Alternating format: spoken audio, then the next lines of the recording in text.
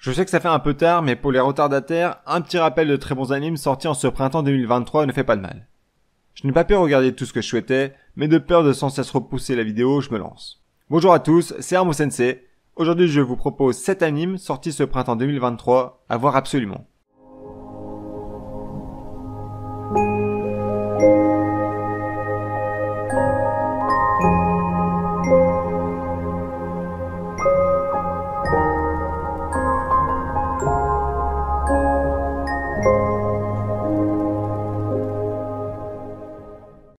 Mashle. Nous voici plongés dans un monde où la magie règne. Nous faisons la rencontre d'un jeune homme appelé Mash qui vit avec son père adoptif, Negro Vandid, et passe ses journées à s'entraîner à la musculation. Tous les deux vivent au fond d'une forêt seule, car Mash est démuni de toute magie, et les personnes démunies de magie sont exclues de la société, ils sont marginalisés. Un jour, il se rend tout de même en ville pour manger des choux à la crème, jusqu'à ce que la police le remarque sans avoir la moindre trace sur son visage. Oui, car les détenteurs de magie possèdent sans exception une marque sur le visage. Son père le récupère rapidement puis retourne vite chez eux. Brad Coleman, un fonctionnaire de la sécurité magique, arrive chez eux.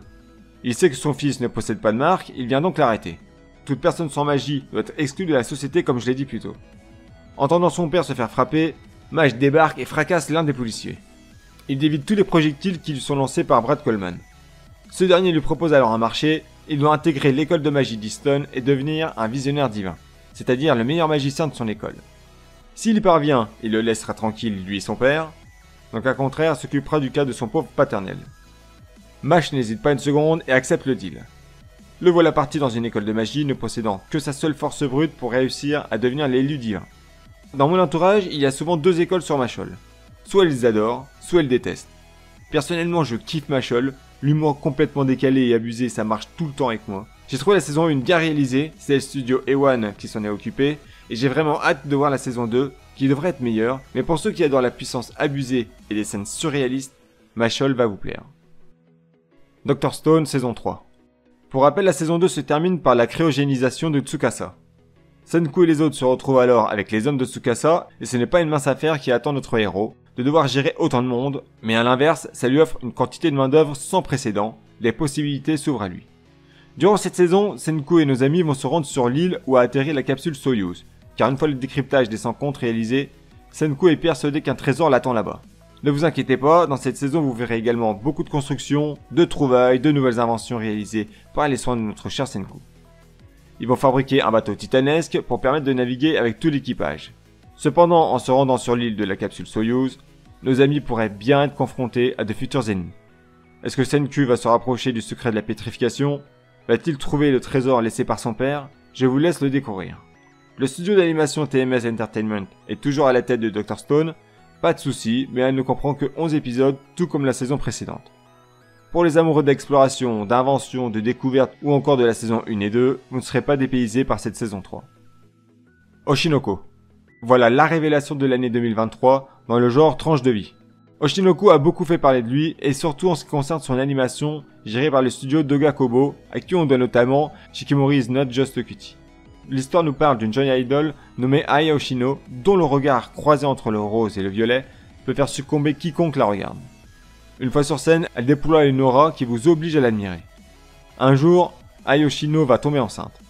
Elle va cacher cette grossesse, puis accoucher dans une campagne pour conserver son intimité à l'abri de la presse. Goro Amamiya, un gynécologue, va s'occuper de son accouchement. Il se trouve qu'il est super fan d'elle depuis qu'il s'est occupé de Sarina, une jeune malade qui était fan d'Aya Oshino, mais qui est morte de sa maladie. Juste avant de procéder à l'accouchement, le docteur Goro sort pour prendre l'air et va remarquer un individu suspect. Il le poursuit et atteint le bord d'une falaise. Il est poussé dans le vide et meurt sur le coup. À son réveil, il se retrouve réincarné dans l'un des enfants de l'idole Aya Oshino, appelé Aqua Oshino. Il est jumeau avec une fille qui s'appelle Ruby Oshino, réincarnée par la fille qui est morte de sa maladie citée plus tôt. Je n'irai pas plus loin en ce qui concerne la synopsis, elle me paraît pas mal étoffée comme ça, mais foncez regarder la saison 1 qui est vraiment intéressante. J'ai pris beaucoup de plaisir à la regarder et je trouve le fil rouge de l'intrigue plutôt attrayant. C'est la première fois que je regarde un anime sur les idoles et le monde du spectacle de manière générale. Alors si vous êtes comme moi à ne pas trop en regarder, à être un peu dubitatif dans ces thèmes-là, laissez-vous donc tenter par cette saison 1, elle pourrait vous surprendre. Hell's Paradise. Gabimaru, un jeune homme aux cheveux argentés, est considéré comme le meilleur ninja de son village Iwagakure. Reconnaissant sa valeur, le chef du village lui offre la main de sa fille. Cependant, cette femme va complètement bouleverser la vision des choses de notre cher héros, à tel point qu'il souhaite désormais vivre une vie rangée, tranquille avec sa femme. Le chef ne tolère pas cette décision, c'est une désertion pour lui, alors il le fait arrêter. Une jeune femme bourreau, Sagiri Yamada Asaemon, est envoyée pour faire une proposition à Gabimaru. Elle lui demande de trouver l'élixir de l'immortalité sur la terre divine, en échange d'être libre de nouveau, garanti par le shogun. Gabimaru accepte et constate que des dizaines de criminels sont rassemblés pour la même raison.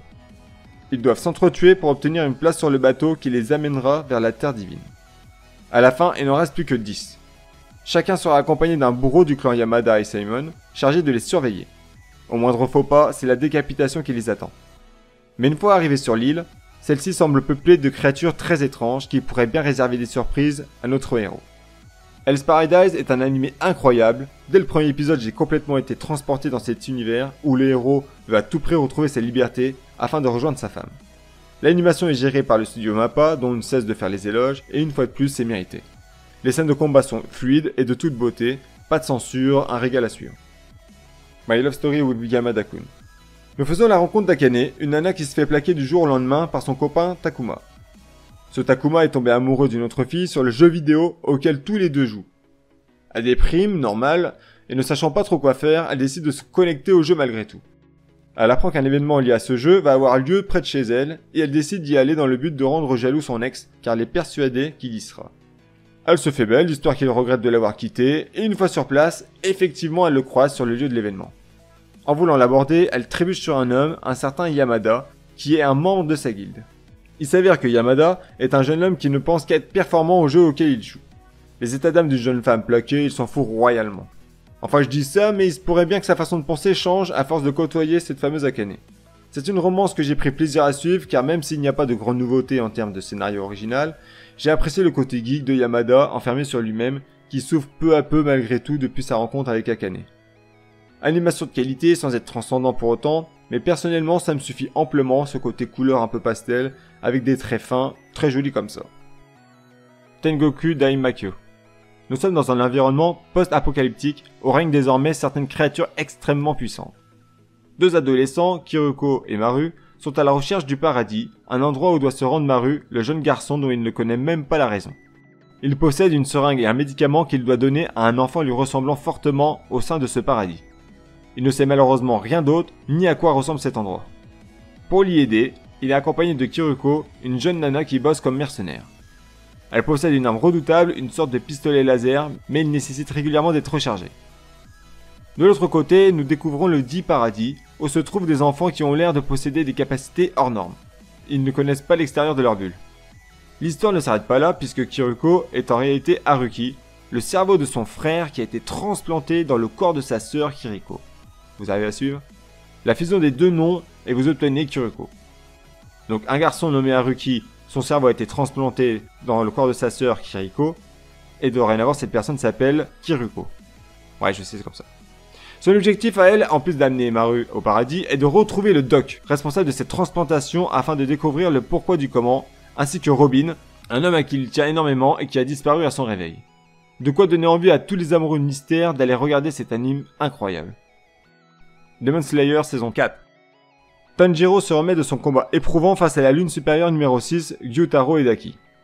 Sa lame a été fortement endommagée, il doit se rendre au village des forgerons pour la réparer. Ses acolytes Zenitsu et Inosuke sont envoyés sur différentes missions. Pour arriver au village des forgerons, il doit garder les yeux bandés, le nez bouché pour ne pas utiliser son odorat car il s'agit du lieu le plus important pour les pourfendeurs des démons. Sans eux, ils ne peuvent plus combattre. Une fois sur place, il retrouve Genya, le jeune homme avec la balafre sur le visage et la coiffure punk, ainsi que deux piliers. Mitsuri, le pilier de l'amour, et Michiro, pilier de la brume. Durant cet arc, nos amis vont être confrontés une nouvelle fois face aux lunes supérieures, la numéro 5, Gyoko, et la numéro 4, Antengu. Que nous réservent ces deux lunes qui sont supérieures à Gyutaro, lui qui a plus que fait galérer Usui et Tanjiro. Comme d'habitude, l'animation est complètement dingue, sincèrement je n'ai pas de mots. Rien que pour le premier épisode, j'ai l'impression d'assister à un film d'animation. Les prises de vue, le montage, la bande son, les couleurs, tout est réuni pour que l'on soit plongé dans l'univers de Koyoharu Gotoge. J'ai vraiment pris une claque une fois de plus, le studio du football fait vraiment un travail magistral et je les en remercie. Voilà une année 2023 qui a très bien commencé et qui continue en ce qui concerne les animés. les amis, c'est dingue sérieux à quoi on assiste. Il y en a de partout. Et l'automne comme l'hiver n'y échapperont pas, vous allez vous régaler. Je pense que vous avez déjà regardé la plupart des animes que je viens de vous proposer, mais on ne sait jamais, s'il y en a un dont vous êtes passé à côté, vous aurez peut-être maintenant envie de le regarder. Sur ce, je vous laisse, je vous dis à une prochaine vidéo. Ciao ciao.